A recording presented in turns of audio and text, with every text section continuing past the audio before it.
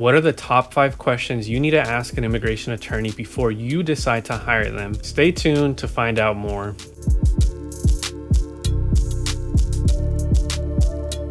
The first question, what is the probability of success? How strong is my case? You can ask that question in various ways, but basically what you want to find out is, do you have a winnable case? If you go forward with this process, what's the likelihood of success?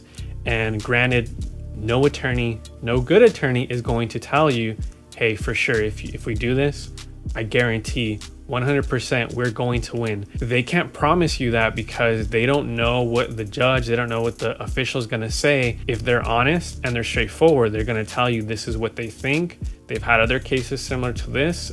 This is what happened. And knowing that, you're going to be able to make an educated decision as to whether you want to proceed forward with this case or not. And for sure, there may be people that don't have a strong case that still want to proceed forward because a 10 or 20% chance of winning may be worth the risk for them. For others, it may be higher, but nonetheless, having that information is better than not having it. The second question is, how long is this process going to take?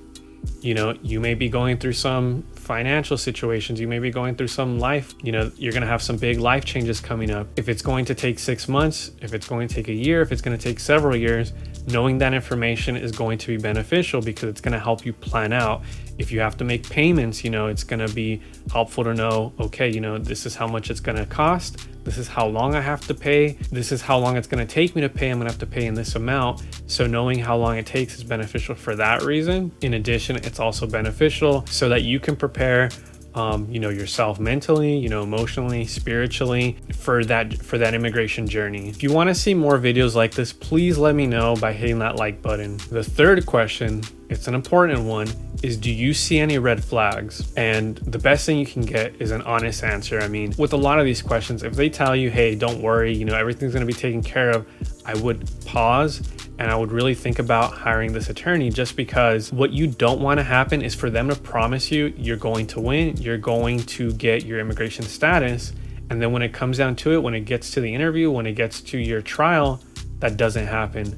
Had you known that the percent of not winning, had you known that this red flag would have been very difficult to overcome, I think most people would say like, hey, I would have thought about it. I wouldn't have done it.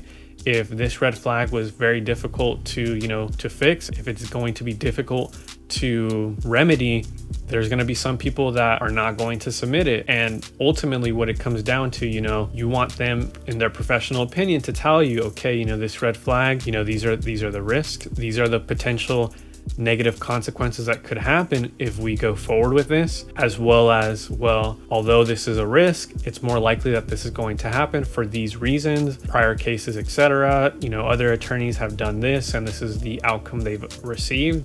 In addition, if things like that are important to know, I've discussed with various clients who have gone to other attorneys. These attorneys have told them, don't worry, everything's going to be okay, paid several thousands of dollars. And, after reviewing their case, I don't know why that attorney told them this.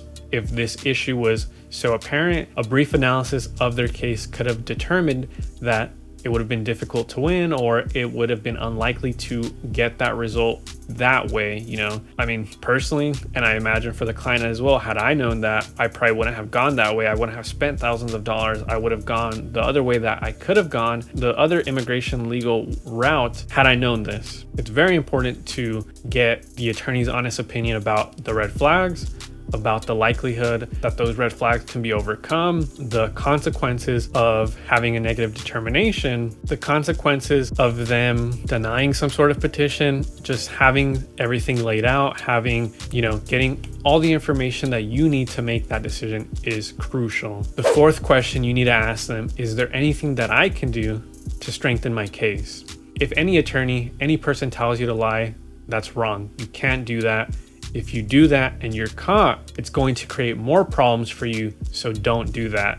And what I mean by this question is that perhaps if you wait a little bit longer, if we have a different administration, that may be of some benefit. Additionally, if you perhaps maybe get married, if you have children, things like that, if you establish more roots here, maybe that might benefit you. and things like that, which are legal. You know, there's nothing wrong with doing that. There's nothing wrong with getting married, getting in love, but just being advised of the potential legal things that you can do to benefit your case is very important to know. For instance, I mean, if you can submit a petition right now, but the likelihood of it being approved under this administration is lower, and time is not an issue. Time is, time is on your side. You can wait a few months, a few years. Then knowing that, it might be beneficial to wait a little bit, start gathering proof, start gathering, arguments to strengthen your case, so that if things do change, if we get more laws that are beneficial, you'll be ready. You'll be in a better position to submit that application. And for sure, like I said, if an attorney or someone else advises you to lie, advises you to do something fraudulent, steer clear of them, because that's not a good attorney. That's not someone that you want to assist you with your case. The last and fifth question is, how much is this going to cost? Some attorneys, they charge, hourly. Some attorneys charge a flat rate. The most common thing is charging a flat rate. Granted, it depends upon the case. If you're in removal proceedings, it may be that there are a lot of moving variables. There are a lot of moving parts.